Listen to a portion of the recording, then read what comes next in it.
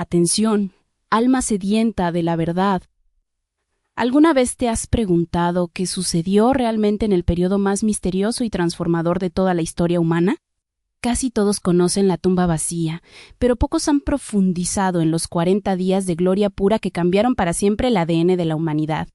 Entre el año 33 y la eternidad, Jesús de Nazaret no se desvaneció.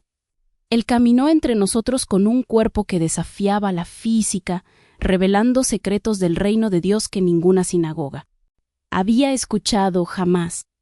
Prepárate para un viaje auditivo que abrirá tu entendimiento de par en par. Revelando como un puñado de hombres asustados se convirtieron en gigantes de la fe tras recibir la instrucción directa del rey que venció a la muerte. No es solo historia, es la clave de tu victoria hoy. Querido buscador de la verdad, imagina por un momento que caminas por las calles de una Jerusalén que todavía huele a incienso y a tensión política, una ciudad que en el año 33 no conocía la paz, sino que era una metrópolis bajo ocupación donde la autoridad romana y la del templo coexistían en un equilibrio precario que amenazaba con estallar en cualquier esquina. En medio de ese caos de rumores y soldados, Jesús de Nazaret no se desvaneció como un fantasma tras la mañana más asombrosa de la historia. Él no ascendió de inmediato dejando a los suyos con el frío consuelo de una tumba vacía, sino que permaneció durante 40 días caminando, comiendo y enseñando con una claridad que ninguna sinagoga del mundo había experimentado jamás. Estos 40 días no fueron una casualidad numérica, pues en la mentalidad judía del primer siglo, el número 40 es un número cargado de memoria sagrada, el tiempo de la preparación decisiva y el umbral entre una era y la siguiente. Tal como Moisés pasó 40 días en el Sinaí o el pueblo de Israel caminó 40 años por el desierto. Al elegir este periodo exacto, el Señor estaba haciendo una declaración teológica de una precisión asombrosa lo que estaba.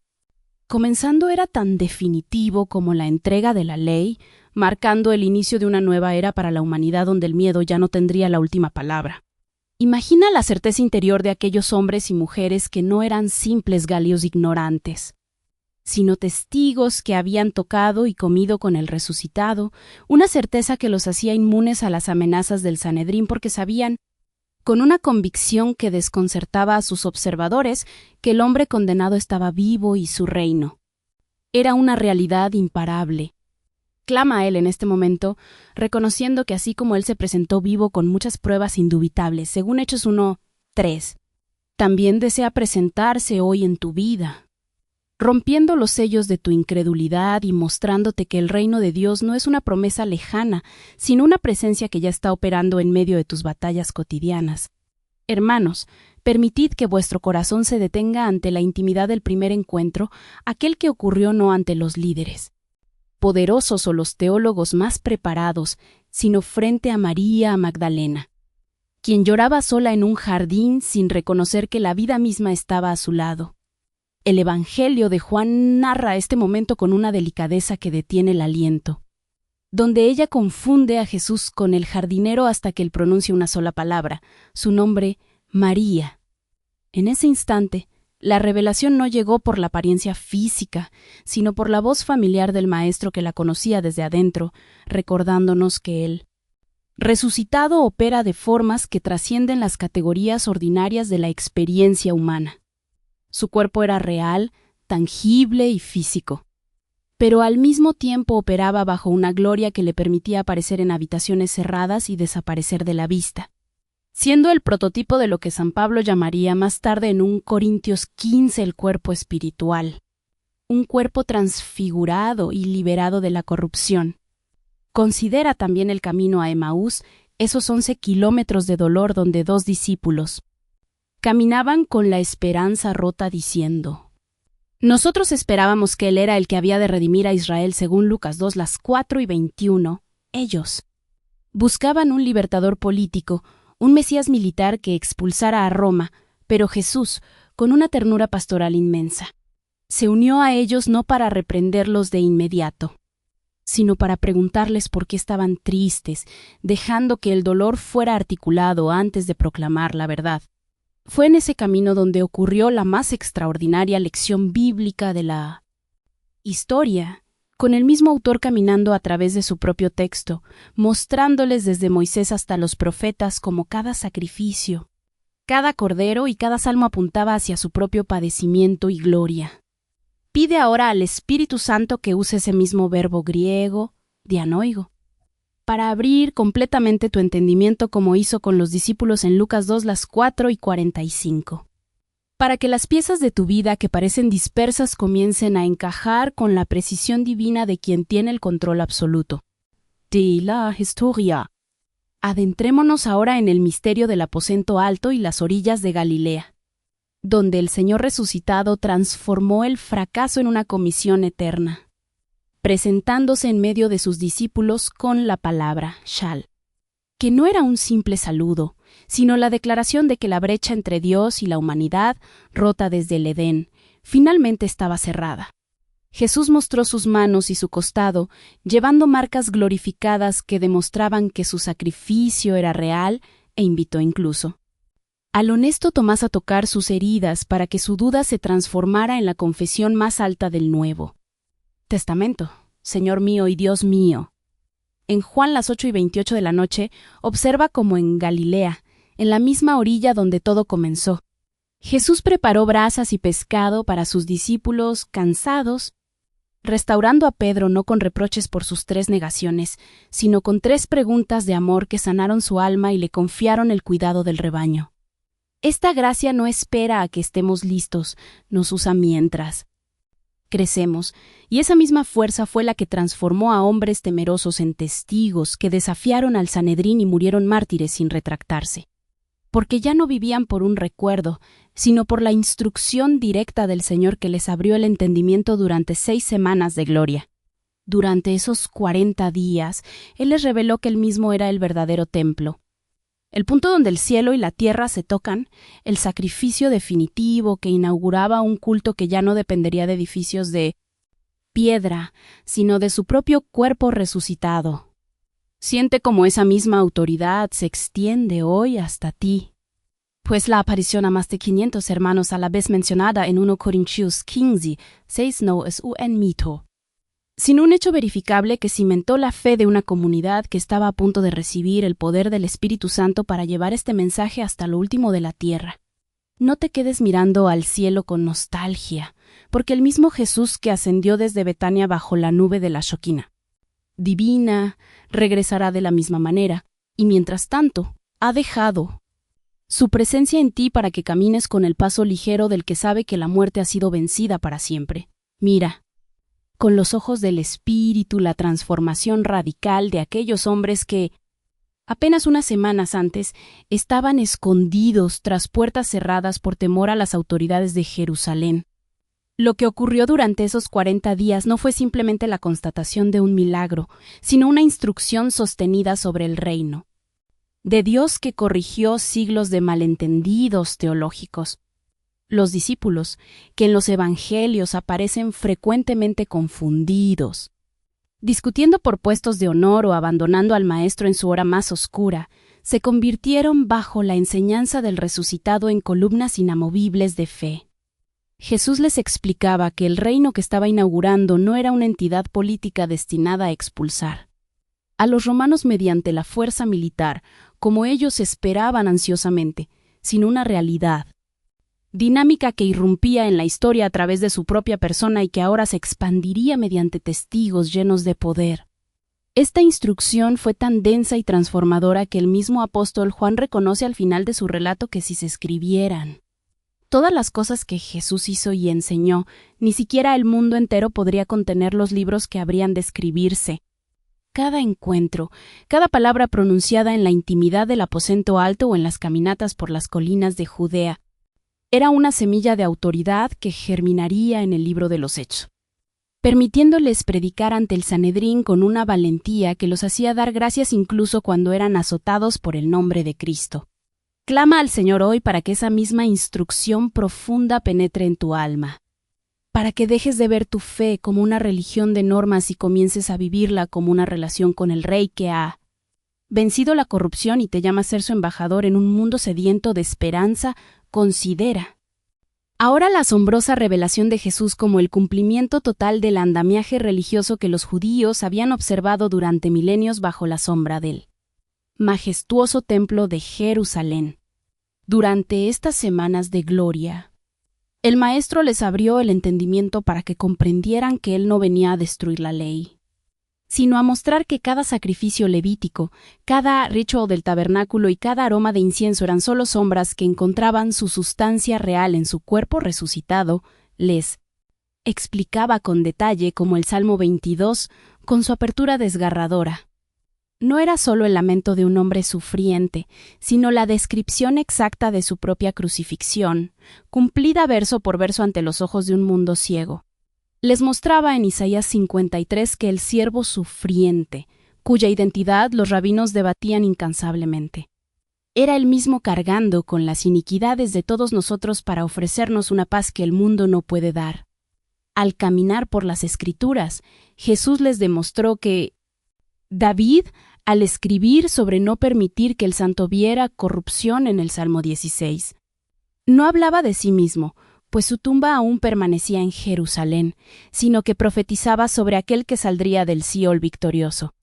Esta revelación convirtió la Biblia en un libro vivo para los apóstoles, transformando el texto antiguo en una voz presente que confirmaba que Dios había tenido un plan perfecto desde el principio de los tiempos.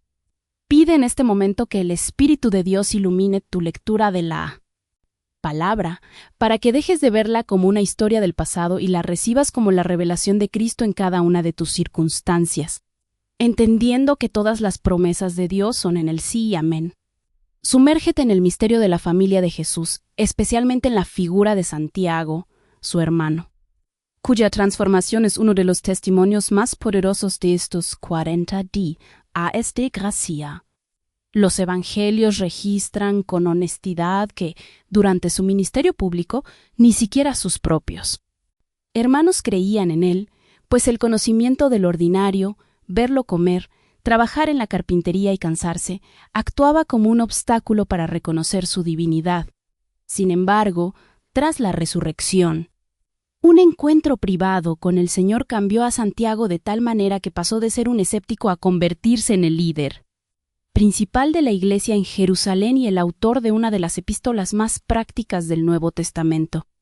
De la misma manera, vemos a María, su madre, perseverando unánime en oración junto a los discípulos y a sus otros hijos en el aposento esperando la promesa del Espíritu Santo. La resurrección los había convocado y unificado, borrando las tensiones familiares y fundiéndolos en una sola comunidad de fe que reconocía que los lazos del reino son más fuertes que los de la sangre. Esta comunidad de 120 personas no estaba unida simplemente por un propósito común, sino por una consonancia interior o motumadon, una afinación de voluntades que les permitía orar con un solo corazón a pesar de sus temperamentos radicalmente distintos. Entiende, querido oyente, que el mismo Jesús que restauró su relación con su familia y unificó a hombres tan diferentes como el impetuoso Pedro y el místico Juan, desea hoy traer esa misma armonía a tu hogar y a tu comunidad. Rinde tus prejuicios y tus diferencias ante el resucitado, permitiendo que su presencia sea el pegamento que sane tus relaciones y te prepare para recibir la efusión de su poder en esta nueva etapa de tu vida. Considera con reverencia la promesa del Paráclito, el Espíritu Santo, que Jesús grabó en el corazón de los suyos durante estos 40 días como la llave maestra de todo lo que estaba por venir. En el aposento el Señor les recordó con una profundidad renovada que era necesario que Él se fuera para que el Consolador descendiera sobre ellos. Este otro Consolador no sería de una naturaleza diferente, sino un espíritu de la misma esencia que el Hijo, destinado a morar no solo con ellos, sino en ellos para siempre. Durante estas semanas de instrucción, Jesús les enseñó que la ascensión no era un abandono, sino la condición para una presencia más universal e íntima que rompería las barreras del tiempo y el espacio. Imagina la densidad teológica de este mensaje. El mismo Dios que caminó sobre las aguas y sanó a los leprosos ahora habitaría en el interior de cada creyente, guiándolos a toda la verdad y recordándoles cada palabra pronunciada por el Maestro. Esta promesa no fue cancelada con la muerte de los apóstoles, sino que se extiende hoy hasta ti, como una invitación permanente a recibir la misma unción que transformó a aquel grupo de 120 personas en una fuerza imparable. Clama ahora mismo, pidiendo que el Espíritu Santo sature tu entendimiento, para que dejes de buscar a Dios solo en los cielos y comiences a reconocerlo latiendo en tu propio pecho, dándote el poder de ser un testigo vivo de su resurrección en cada rincón de tu existencia. Hermanos, detengámonos. Ahora en la geografía sagrada de la Ascensión, un evento que tuvo lugar en las inmediaciones de Betania, al otro lado del Monte de los Olivos, apenas a 2 kilómetros de Jerusalén. No es una coincidencia que el Señor eligiera despedirse del mundo físico desde este lugar cargado de una intimidad conmovedora. Pues Betania era el hogar de Lázaro, Marta y María, la familia que Jesús amaba profundamente y donde había demostrado su poder sobre la muerte antes de su propia pasión. Allí, después de haber bendecido a sus discípulos con las manos alzadas, fue elevado mientras una nube, no una nube meteorológica, sino la Shekinah o gloria de la presencia divina, lo recibía y lo ocultaba de sus ojos. Los discípulos no regresaron a la ciudad con el corazón roto por la pérdida, sino con un gran gozo que desafía la lógica humana. Porque la instrucción de los 40 días había penetrado tanto en su alma que comprendieron que Jesús iba al Padre como su abogado e intercesor. Ya no lo veían como un maestro que se marchaba, sino como el rey que tomaba su trono para preparar un lugar para nosotros y para derramar su espíritu sobre toda carne. Siente esa misma victoria hoy.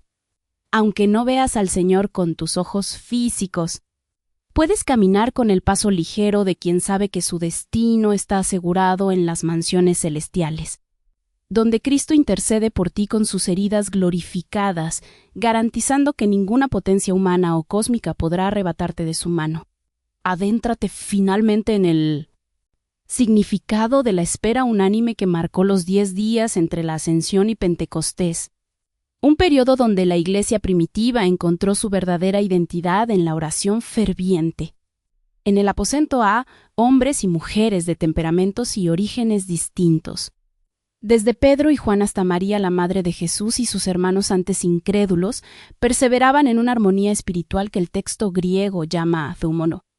Esta consonancia interior no significaba ausencia de diferencias personales, sino una afinación de todas las voluntades hacia la misma promesa del Padre. Fue en este ambiente de rendición total donde Pedro, instruido por las lecciones del resucitado sobre cómo interpretar las Escrituras, propuso con autoridad la sustitución de Judas, citando los Salmos con una soltura que demostraba que el velo de su entendimiento había sido rasgado para siempre. El criterio para el nuevo apóstol era claro: debía ser un testigo de la resurrección, alguien que hubiera tenido contacto directo con el Señor vivo. Esta misma autoridad apostólica, basada no en doctrinas abstractas, sino en una experiencia vivida, es la que sostiene tu fe hoy. El mundo que esperaba afuera de aquel cuarto estaba conectado por las rutas del Imperio Romano y la lengua griega, listo para ser sacudido por un mensaje que viajaría con una velocidad sin precedentes. Prepárate tú también en este momento de oración. Deja que la unanimidad del Espíritu alinee tus deseos con los propósitos de Dios, para que cuando llegue tu propio Pentecostés, estés listo para salir y transformar tu entorno con la única noticia que la humanidad necesita escuchar: que Cristo ha resucitado, que su reino es irreversible y que su poder está disponible para todo aquel que cree. Hermanos, permitid que vuestro corazón se asombre ante la revelación de la resurrección no como un evento aislado, sino como la primicia de una humanidad completamente nueva. En el calendario agrícola de Israel, las primicias eran la primera gavilla de la cosecha ofrecida a Dios como señal de que el resto de la cosecha seguiría. Y asimismo, la resurrección de Cristo es la garantía de nuestra propia transformación futura. Pablo lo articula con una precisión de diamante: Cristo ha resucitado como primicias de los que durmieron. Esta teólogo, que Jesús destiló durante esos 40 días, rompió los esquemas del primer siglo. Mientras los fariseos esperaban una resurrección general solo al final de los tiempos y los saduceos la Negaban por completo. Los discípulos proclamaban algo radicalmente nuevo, la vida eterna irrumpiendo en la mitad de la historia en un individuo específico. No se trata de una metáfora espiritual o un símbolo de esperanza abstracta, sino de un hecho físico donde la muerte fue sometida a la autoridad del Rey si Cristo no resucitó. Con un cuerpo real que comió pescado a la orilla del lago y enseñó durante 40 días, nuestra fe sería vana. Pero porque Él salió del sepulcro, sus promesas son tan reales como sus heridas glorificadas. Y sus palabras en Juan las 11:25 resuenan hoy con un peso que nada en la historia puede igualar. Yo soy la resurrección y la vida. El que cree en mí, aunque esté muerto, vivirá. Clama al Padre en este momento, apropiándote de esta herencia, reconociendo que tu destino no es el polvo, sino la gloria de una vida transfigurada que ya ha comenzado a operar en ti por el poder del resucitado. Considera la densidad de la revelación que Jesús impartió sobre el reino de Dios, un concepto que era profundamente judío, pero que le expandió hasta alcanzar dimensiones cósmicas. En la tradición rabínica, el reino o Malkim era la soberanía de Dios reconocida y obedecida, aceptada cada vez que un judío recitaba el Semá. Sin embargo, durante esos 40 días, Jesús enseñó que el reino no era solo un principio abstracto de soberanía, sino una realidad dinámica que se concretizaba en su propia persona. Él era el Rey presente. Incluso antes de la ascensión, los discípulos aún luchaban con la expectativa de un reino político nacional, preguntando si restauraría el reino a Israel en ese tiempo. La respuesta del Maestro fue magisterial, no descartó la restauración, pero redireccionó el foco hacia el poder del Espíritu Santo que los convertiría en testigos no solo en Jerusalén, sino hasta lo último de la tierra. El instrumento de expansión de este reino no sería un ejército, sino hombres y mujeres llenos de la presencia divina. Esta es la gran noticia que debe saturar tu oración hoy. El gobierno de Dios sobre la creación es irreversible y ninguna potencia humana o cósmica puede detenerlo.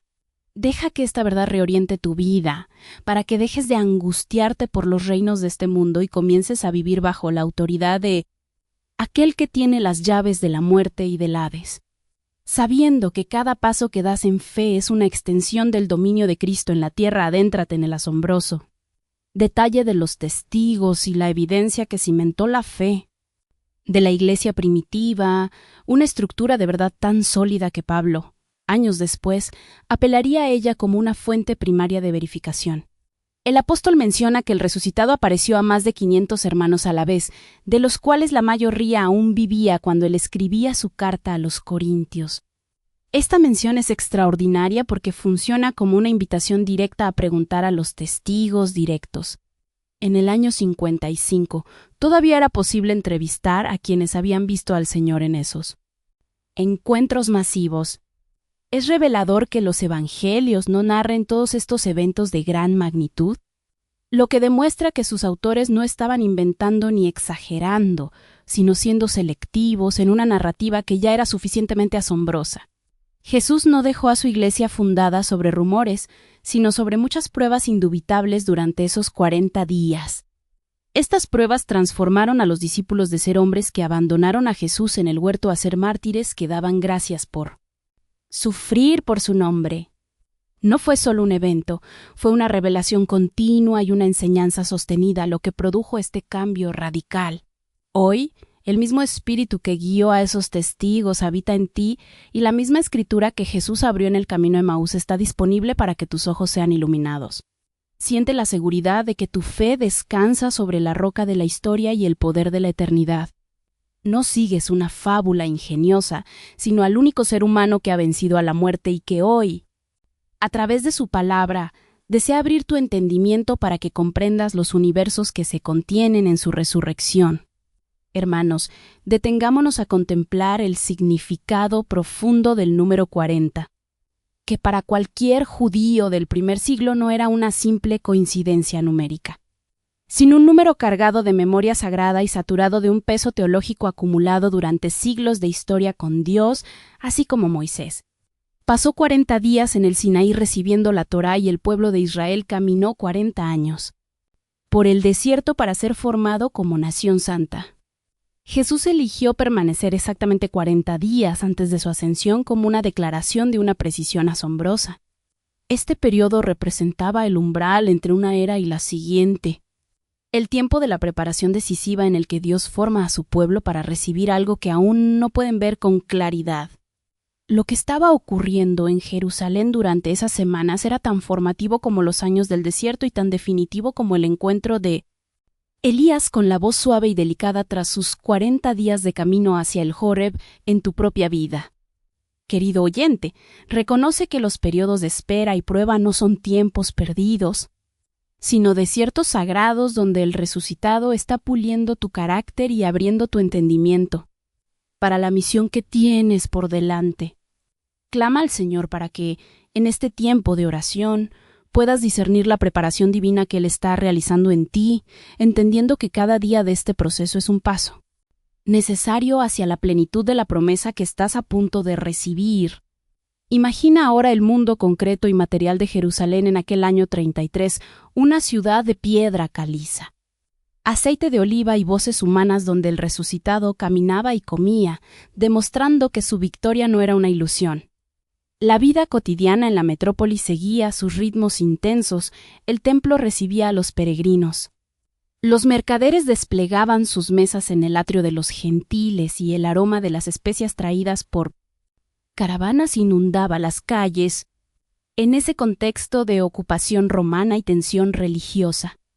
El cuerpo resucitado de Jesús se manifestaba como algo real y tangible, un cuerpo que preparaba pescado a la brasa en la orilla del mar y comía delante de sus discípulos para demostrar que no era un fantasma ni una proyección psicológica. Este detalle es teológicamente vital. Nuestro Señor venció a la muerte en la carne, redimiendo nuestra materia y santificando lo ordinario, como el pan que se horneaba cada día o el aceite que iluminaba los hogares. Al meditar en esto, deja que la santidad de Dios invada tus actividades más comunes. Comprende que el mismo Jesús que ascendió a los cielos es el que se interesa por tu sustento, por tu descanso y por los detalles más pequeños de tu hogar. Rinde ante Él tus preocupaciones materiales, confiando en que el Rey que transfiguró su propio cuerpo tiene el poder de transformar tus necesidades en testimonios de su provisión sobrenatural. Considera finalmente lo. Atmósfera de formación y espera que rodeaba a la comunidad de los seguidores mientras la ciudad entera contaba los días del Omer. El camino litúrgico desde la Pascua hasta Pentecostés, mientras el pueblo recordaba el éxodo de Egipto y la entrega de la ley. Los discípulos guardaban en el pecho una revelación que transformaría el significado de esa fiesta para siempre. Ellos ya no esperaban solo una tradición, sino el cumplimiento de la promesa del Espíritu Santo. Durante estas semanas, el grupo de 120 personas que se reunía en el aposento alto pasó de ser un movimiento en torno a un maestro muerto a ser una comunidad unida en torno a un Señor vivo y ascendido. No estaban pasivos, sino que estaban siendo transformados de adentro hacia afuera por cada encuentro con el resucitado, permitiendo que la instrucción directa de Jesús destilara en ellos una autoridad que el mundo no podría silenciar. Esta misma cuenta regresiva hacia el poder de Dios está activa hoy para ti. No te desesperes en la espera, pues el tiempo entre la promesa y el cumplimiento es donde se forja la verdadera identidad de la Iglesia. Pide al Padre que te conceda la gracia de la perseverancia unánime, alineando tu corazón con el de tus hermanos, para que cuando el poder del Altísimo te cubra con su sombra, te encuentre listo para ser un testigo inquebrantable de la vida que ninguna tumba pudo retener.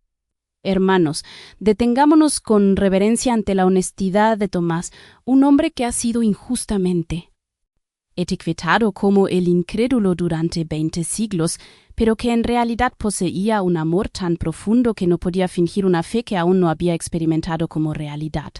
Al enfrentarse a la noticia más extraordinaria de la historia, Tomás respondió con la franqueza de quien ama con convicción total, exigiendo ver la señal de los clavos y tocar el costado del Maestro para que su corazón pudiera descansar en la verdad. 8 días después, Jesús volvió específicamente por él, no para reprenderlo, sino para ofrecerle sus heridas glorificadas, invitándolo a pasar de la duda a la creencia mediante el contacto con su sacrificio real. En ese instante, al reconocer que el hombre que vio morir estaba de pie frente a él, Tomás pronunció la cristología más exaltada de todo el Nuevo Testamento, Señor mío y Dios mío, reconociendo en Jesús no solo al Maestro, sino a la deidad misma presente en la historia. Clama al Señor en este momento si sientes que tu fe flaquea o si las dudas. Asedian tu entendimiento. Pide que, así como Jesús tuvo paciencia con Tomás, se revele hoy a tu vida de manera tangible, transformando tus cuestionamientos en la confesión más profunda de su soberanía absoluta sobre tu destino. Hermanos, elevad vuestra mirada para comprender la magnitud del escenario que Dios preparó para la expansión de su reino. Un mundo que en el año 33 estaba conectado de una manera que solo la providencia divina pudo orquestar. El Imperio Romano, con su vasta red de caminos, que se extendía desde Britania hasta Mesopotamia, proveyó la infraestructura material para que el Evangelio se moviera con una velocidad sin precedentes en la historia humana. La lengua griega koiné, la lengua franca del Mediterráneo, permitió que pescadores de Galilea predicaran en las plazas de Atenas o Roma y fueran comprendidos por todos, eliminando las barreras del lenguaje para la proclamación de la verdad. Además, las sinagogas de la diáspora, salpicadas por cada ciudad importante desde Alejandría hasta Éfeso, ofrecieron el punto de apoyo natural donde el mensaje de que el Mesías había resucitado podía ser entregado primero al pueblo de la promesa. Todo estaba listo. Los 40 días habían formado a los mensajeros con una instrucción densa y transformadora. Y el mundo romano, bajo una paz impuesta, esperaba inconscientemente el mensaje de la verdadera paz. Clama al Señor reconociendo que, al igual que en aquel entonces, Él sigue preparando las circunstancias de tu vida, las conexiones y las herramientas tecnológicas para que su luz brille a través de ti. Pide que seas capaz de ver los caminos romanos de tu propia época como oportunidades sagradas para llevar la esperanza del resucitado a quienes aún caminan en tinieblas. Adéntrate finalmente en la revelación más profunda que estos 40 días plantean para tu propia existencia. La resurrección no es solo una página de la historia eclesiástica, sino una realidad viva y una promesa activa que late en tu presente el mismo Espíritu que habitó en Cristo y que Él prometió como otro consolado para que estuviera con nosotros para siempre. Es el mismo que hoy habita en cada creyente que lo ha recibido. La experiencia de los discípulos en Jerusalén y Galilea no fue un evento cerrado, sino una invitación permanente para que el Señor abra hoy nuestro propio entendimiento y nos permita comprender las Escrituras con la misma profundidad con que las abrió en el camino a Emaús. Pablo fue tajante al decir que sí. Cristo no resucitó con un cuerpo real, nuestra fe sería vana, pero porque salió del sepulcro, sus promesas tienen un peso que nada en la historia puede igualar. Vivir a la luz de estos 40 días significa reorientar toda la vida hacia el horizonte de su regreso, viviendo con el gran gozo de quienes saben que la historia tiene un destino personal y glorioso. Termina este tiempo de oración declarando con fe que Él mismo, Jesús que ascendió envuelto en la nube de gloria, volverá de la misma manera, y, mientras ese día llega, su reino no tendrá fin en tu corazón, en tu familia y hasta los confines de la tierra. Considera ahora la textura cotidiana y profunda de la aparición junto al mar de Galilea, donde el resucitado recogió los hilos rotos de la vocación original de sus discípulos. Tras una noche de pesca infructuosa, una voz desde la orilla les instruyó a echar la red al lado derecho, resultando en una multitud de peces que Juan reconoció de inmediato como una señal del Señor. Pedro, en un acto de devoción impetuosa que define su carácter, se ciñó la ropa y se lanzó al mar para llegar primero a la presencia de aquel a quien había negado 3 veces. En la orilla, Jesús no los recibió con reproches, sino con brasas encendidas, pan y pescado, recordándoles que Él es el proveedor de todas sus necesidades físicas y espirituales. Este encuentro en el lugar de los comienzos nos enseña que el Señor no nos descarta por nuestras caídas. Al contrario, Él regresa a los lugares de nuestro Fracaso para encender de nuevo el fuego de nuestra misión. Deja que esta verdad sane tu pasado hoy. Rinde tus negaciones y tus miedos ante el fuego del resucitado, permitiendo que su gracia reanude tu llamado sin condiciones, recordándote que su amor es más fuerte que cualquier error que hayas cometido. Adéntrate finalmente en el diálogo restaurador entre Jesús y Pedro, una conversación de una simetría perfecta donde 3 negaciones fueron sanadas por 3 afirmaciones de amor. Jesús le preguntó 3 veces, Simón, hijo de Jonás, ¿me amas? Utilizando una pedagogía de ternura que obligó a Pedro a mirar dentro de su alma y ofrecer lo que tenía, un amor de amigo. Imperfecto pero honesto, que el maestro aceptó sin dudar. Lo más asombroso es que Jesús no esperó a que Pedro tuviera un amor perfecto para confiarle su rebaño.